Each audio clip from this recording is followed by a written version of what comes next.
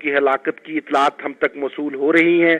دوسری جانب information domain میں پاکستان کی طرف سے فوری طور پر جامع پریس بریفنگ جو ہے وہ پاک فوج کے ترجمان کی جانب سے ہلاکت کی اطلاعات ہم تک موصول ہو رہی ہیں۔ دوسری جانب انفارمیشن ڈومین میں پاکستان کی طرف سے فوری طور پر جامع پریس بریفنگ جو ہے وہ پاک فوج کے ترجمان کی جانب کے خلاف تک موصول ہو رہی ہے۔ دوسری جانب انفارمیشن ڈومین میں پاکستان کی طرف سے فوری طور پر جامع پریس بریفنگ جو ہے وہ پاک فوج کے ترجمان کی جانب کے خلاف تک موصول ہو رہی ہے۔ دوسری جانب انفارمیشن ڈومین میں پاکستان کی طرف سے فوری طور پر جامع پریس بریفنگ جو ہے وہ پاک فوج کے ترجمان کی جانب کے خلاف تک موصول ہو رہی ہے۔ دوسری جانب انفارمیشن ڈومین میں پاکستان کی طرف سے فوری طور پر جامع پریس بریفنگ جو ہے وہ پاک فوج کے ترجمان کی جانب کے خلاف تک موصول ہو رہی ہے۔ دوسری جانب انفارمیشن ڈومین میں پاکستان کی طرف سے فوری طور پر جامع پریس بریفنگ جو ہے وہ شہید ہوئے ہیں اور 35 زخمی